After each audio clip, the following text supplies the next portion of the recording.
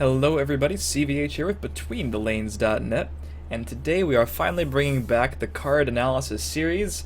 Done a couple on this channel, be sure to check those out from a few weeks ago, and today I'm really excited to finally get around to analyzing one of the most popular strength red cards in the game, Burn and Pillage. So this is something that I've wanted to analyze for a good long while. I had some requests for it, and a lot of discussion centers around this card on Reddit and on Twitch streams and video comments, etc. Because this is one of the most widely played red cards, strength in the game. And there's been a lot of discussion about whether or not it's actually overpowered. The recent card changes, which I did a video on, happened, nerfing a lot of, namely, agility cards like Tazcad, House Kinsman, and Moonlight Werebat. And Burn and Pillage was notably not touched at all, and there was a lot of discussion on whether or not that was okay, whether or not the card is too powerful. So in this video we'll be going over its strengths, its weaknesses, how good it is in different stages of the game, just general value about the card as we did in the past few cards, and discussing whether or not we think there's any truth to maybe it being overpowered. So without any further ado, let's talk about the basic design. Of course, it's a pretty simple effect. Deal 1 damage to all enemy creatures for each destroyed enemy rune. And in my opinion, this is currently the most powerful strength card in the game. I've mentioned this a few times. Whether or not that means it's overpowered, we'll have to discuss at the end of the video, of course. But, believe it or not, there was a time, guys, when people didn't play this card. It was basically just not seen on the ladder. And I'm talking Archer decks didn't play it, Aggro decks didn't play it, Control decks didn't play it, nothing really played this card. It was basically non-existent on the ladder. And I don't remember who exactly popularized it, but I remember a lot of people just, not giving the card a second look. I remember hearing streamers actually call it bad when it was being played on them when it first started gaining a little popularity. And nowadays, you're pretty hard-pressed to find a mid-range Archer, or Aggro Crusader, or Battle Mage deck not using Burn and Pillage. I'm talking about the Aggro variants, of course, not combo Battle Mage.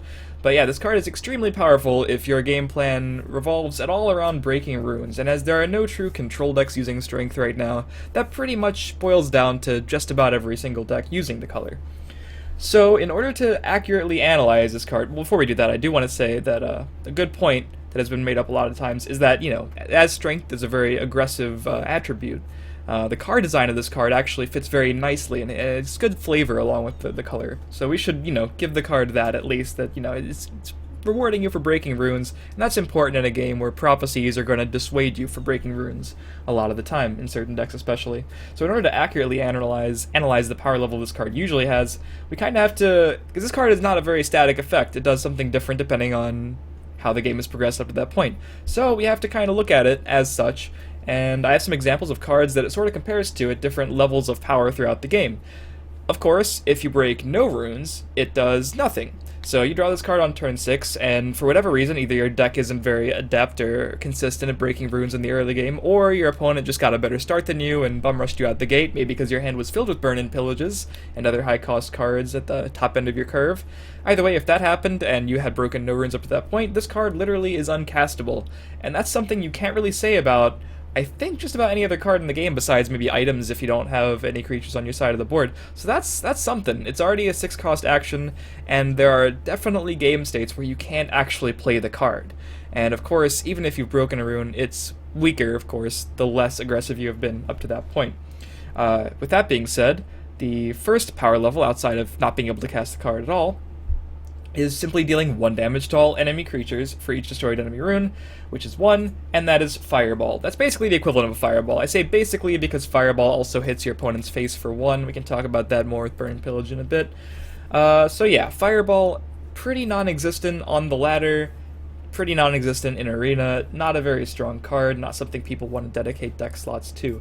So if you're Burn and Pillaging for 1, you're playing a strictly worse Fireball. Not only is it not pinging your opponent's face for 1, but you're paying 2 extra magicka, and that's a ton, because Fireball, at least it doesn't cost your entire turn, like, edging towards those later turns in the game. So Burn and Pillage, while I think anyone who's played the card a substantial amount has cast it for simply doing 1 damage across the board, and there's the rare case, 1% of the time that you play the card, that you're actually pretty happy you're doing that if you're in an aggressive matchup, but there's no question that that is simply just less value than a Fireball would have, it's less efficient, etc.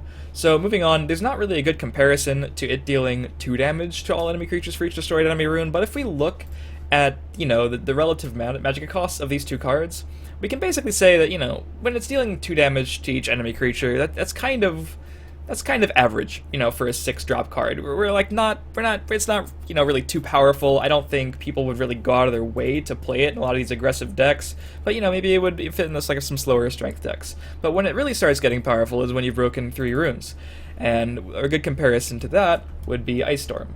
So Ice Storm is like Burn and Pillage in that it only damages creatures. It costs 6 just like Burn and Pillage, and it deals 3 damage. However, Ice Storm, if you've broken 3 runes up to that point, is strictly worse than Burn and Pillage because it's dealing damage to all creatures. So obviously not a card you see in a lot of aggro decks that want to spam the board with a bunch of weak creatures.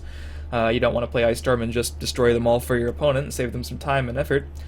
So look at this. This is basically where the value of Burn and Pillage really comes to light. If you've broken 3 runes up to that point, you're simply getting the good half of Ice Storm. You're killing all of your opponent's things that are 3 or less health, dealing damage to everything else, and all your board is basically staying the same. So this is really when Burn and Pillage can start to be called very good.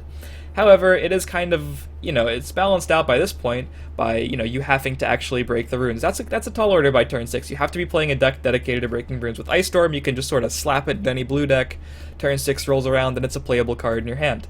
So Burn and Pillage is able to get the better half of Ice Storm if you've been breaking runes up to that point. And if we go even further, dealing 4 damage, it sort of has the Odoving effect. Now, Odoving, of course, has a 10/10 body attached to it, so it's kind of hard to analyze. But it is the same as that it's only dealing damage to enemy creatures, dealing 4 damage. If you've broken 4 runes, Burn and Pillage does the same amount. And if we say the 10/10 body on Odoving is worth about, if I want to spend 8 magic on it, then Odoving clearly has a ton of value because, that's why you spend 12 magic on the card, because the effect is just super valuable. Burn and Pillager, it's breaking 4, it's super valuable. And that's usually a lot of the time where this card is actually being cast in competitive play on the ladder. Is you see it sometimes acting as like the good half of Ice Storm, sometimes it's an Odoving without the body. Generally speaking, these aggro decks are breaking 3 to 4 runes before they're casting Burn and Pillage. Occasionally, they're breaking all 5 runes. And then, of course, you have an effect that's even more powerful than Odoving, just the best board clear in the game. Excuse me. And here's the thing about the best board clear in the game, is that aggro decks aren't really inclined to be clearing boards. This is a lot of the reason Burn and Pillage wasn't seeing play at the beginning of what I call, when I got into the game, the beginning of the meta, so to speak.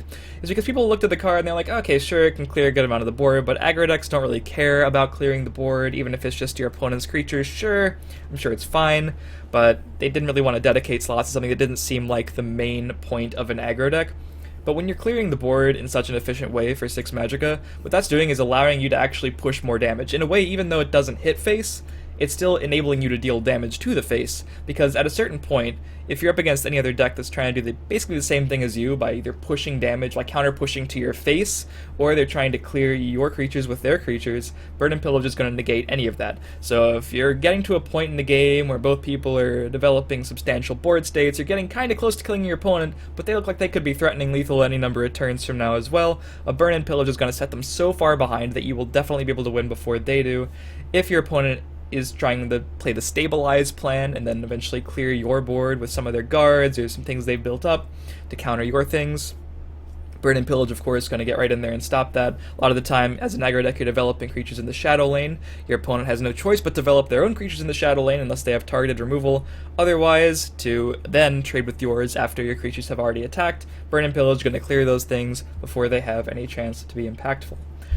So it is important to note that this card definitely should not hit face. There's been a lot of talk about, what would happen if Burn and Pillage could just target, well, not target, but if it just dealt damage to your opponent's face too, sort of like the fireball effect, but exponentially better depending on how many runes have been broken. So just sort of imagine it dealing, 6, we already talked about how good 6 Magicka for dealing 4 to your opponent's entire board is, and just attach a lightning bolt to that. It's also lightning bolting your opponent's face, because why not? And, Lightning Bolt already good value for 4 Magicka, really, so that's why not. So we can't have that. Alright, so now that we've talked about the relative power level and decided that as soon as it starts dealing 3 to 4 damage, it becomes very, very good, we have to kind of talk about any of the weaknesses, because this is a card that I think it was Conley Woods who was doing a developer stream, but he mentioned some good points. You really only judge this card based on its strengths because you really only see the card being played when it's strong. As mentioned, you literally can't play the card if it does nothing, if it's literally going to deal 0 Magicka. And if it's dealing only 1 damage to enemies, it's usually not worth playing at that point. It's really at its peak effectiveness in an aggro or a mid-range deck that can curve into it with a very strong early curve. Things like Daring Cut Purse to start off, things like any of the Mage Slayer, Withered Hand Cultist, and red decks like aggro Battle Mage or Crusader. Anything they can start pushing with very early. But the thing is, they have to draw the early curve, and they have to be committed to an aggressive game plan. Not strictly aggro, because some of those mid-range decks have game against control as well, but they have to push face, and that does have its potential downsides. Of course, you can hit a bad Prophecy, or your opponent can just have a really good hand to stabilize against you. It's also worth noting that it's at its peak effectiveness against other decks kind of trying to do the same thing. As I mentioned, control decks will be trying to stabilize against you, and occasionally it does involve creatures, but they're not really going to push at your face at all, so you're not getting the extra time to kill your opponent based on them not being able to kill you anymore. And a lot of the ways they're going to stabilize, Burn and Pillage isn't really going to be effective against in the first place. Not only can they heal earlier in the game, or at all, some decks can't even heal, but they can heal before all the runes are broken, and thus Burn and Pillage will only be able to deal 3 that game or something if they start healing early enough. But a lot of the creatures control decks are going to be playing are just going to be out of range. Hive Defender, for example, is a 3/6, Tiger is a 4/7, Mana Core is a 6/6. These things all have numbers greater than 5 for their health. And even if you have broken all of your opponent's runes, Burn and Pillage not really going to be getting the job done against those by itself. Of course, it does have value in that it damages them, and then you can trade into them. But there are definitely times when you don't want to be playing this card. Another thing about it, I've already mentioned that it's definitely not fantastic in your opening hand. You never mulligan for the Burn and Pillage. You're always shipping it in any of these aggressive decks.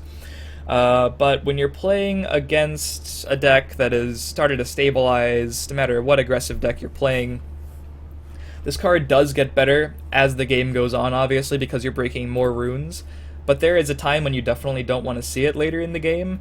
Whenever you're trying to push that extra bit of damage and you're just looking for, there are times you top deck, you're like, alright, if I draw anything that has 3 or more attack, I can stick it in the Shadow Lane, and if it lives, I kill my opponent next turn. And you top deck Burn and Pillage. And occasionally that's okay, because your opponent has creatures they're trying to kill you with, but occasionally you're up against a control deck, they maybe have like a Hive Defender out, and you're like, well, I don't really need this Burn and Pillage, I just needed like any creature, so I could stick it and then try to go for game. And occasionally they don't even need it, because you just needed that one turn where you could stick something, and if you miss that window, they can play something like a Night Shadow, or like whatever, they can attach Snaketooth Necklace to something, and then they can start hitting you and draining, or they play Pillaging Tribune, or they play Healing Potion, or any number of things that can counter your game plan at that point. And drawing multiples in the late game, usually just dead, even in matchups where it is good. One should do the trick, and if it doesn't, if they counter Burn and Pillage you, the second might be, just you'd wish it was any creature. So there are definitely times when you don't want to see this card. Namely, when it does nothing, or 1 damage, or when it's overcosted. And again, in those control decks, against those control decks rather, even when you are curving into the card, it's probably not going to do much. Alright, so how do we really analyze Burn and Pillage? It's a card that does so many different things. Its power level is so dependent on the matchup. Obviously, it's dependent on your game plan, but if you've included in your deck, you're pretty much going to go for the aggressive game plan. It's dependent on that, it's dependent on the matchup, and it's dependent on whether or not you just need creatures or if it's actually a useful effect. So, based on those things alone, I think the card has so much... It's not even really considered variance, because you kind of have an impact on the outcome, but there's so much variance in the level of power the card has that I can't really justify it saying it's overpowered. I think if anything it might seem overpowered now because the metagame does lean more aggressively, and with the limited amount of cards in the card pool, all strength decks really are aggressive. There aren't really red decks that you don't see breaking runes too early. So that can make it seem like it's a bit of a staple, a bit annoying to play against, especially, you queue up your mid-range deck, your opponent's queuing up their mid-range deck, and the deciding factor of that game, if it's not a first turn werebat, if the game goes to turn 6 and it seems pretty even, it's who drew the Burn and Pillage, because we both broke 3 runes on the other side, and Burn and Pillage is going to clear the majority of either of our boards. So that's kind of annoying. But that's just sort of the nature of the metagame at the moment, and there are a lot of decks, like sometimes Ramp Scout with those giant guards, sometimes Control Mage, but if there's more control decks in the meta, we'll see Burn and Pillage being less effective against those, I believe. Let's see here. It's also worth noting Arena, because Arena is a format that many people do play, and I think people sort of underestimate the importance of Arena balance, because it is very important to balance a format. It's a primary way to gain cards for a lot of players, and if there is one place I think Burn and Pillage might be a little unbalanced, it is Arena. It is an Epic, so obviously not every deck with Strength is going to even be able to pick the card, but in Arena, the format in the arena suffers, or the metagame rather, suffers from what I was talking about in Constructed, where really every deck boils down to mid-range. Sometimes there are decks that can take it a little bit later, sometimes there are decks that are even quicker than mid-range, and in those decks, as well as the mid-range decks, you just want to see Burn and Pillage. It's kind of just one of the most insane cards you could draft in Arena. Because you're just basically going to be trying to put substantial threats on the board, maybe doing a little bit of clearing early, but you're going to be breaking runes earlier than later, and your opponent's probably going to be on the same game plan. If they can't contest your initial threats, they're going to be developing in the other lane, so you can't contest them at all, and Burn and Pillage is fantastic at contesting things you can't attack if you're breaking runes. So based on that, I would say that if there was a place to maybe look at it, I don't know how they ever plan on balancing Arena in this game, but if they did, Burn and Pillage along with cards like Ungolem perhaps would be one of those I would maybe look at. But in Constructed, I do think it's a very well-designed card for what Strength wants to be doing. As far as a flavor standpoint, the art's nice, of course, obviously, but for a flavor standpoint, it really does speak to red strength. You know, you're trying to break runes, and you really want things that reward you for breaking runes. Triumphant Jarl is kind of the same basic thing, except it's rewarding you for breaking runes via card advantage, and Burn and Pillage, even though on the surface it looks like it's rewarding you in card advantage, it's really more towards the aggro game plan. If you're playing Burn and Pillage, you're not trying to take the game later. If you're playing Triumphant Jarl, you're trying to refill your hand so you can take the game later. And obviously both have a spot in certain decks, and in the same deck a lot of the time, but they do vastly different things. Triumphant Jarl, like I mentioned with Burn and Pillage is a horrible top deck when you're just trying to close the game out and you ran out of cards. Triumphant Jarl is a fantastic top deck when you ran out of cards because it's refilling your cards that way. But Burn and Pillage, definitely, when you get it off for 4 and 5, can definitely feel overpowered because it can simply decide those mid-range versus mid-range mirrors.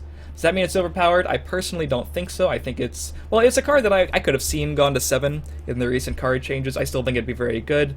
Maybe it's something to look at in the future. At the moment, I think it's a card that we kind of want to see in Legends. I think it enables some strategies that might seem like they're overpowered now, but they're going to want this card in the future. But I'm of course interested in hearing your thoughts about Burn and Pillage. If you have any agreements, disagreements, comments about the card, feel free to post in the comments below. Stay tuned for future strategy videos and card analysis in the future. Let me know what other cards you want to see me analyze in this way. I should be getting back to these shortly, and I'll see you next time, guys.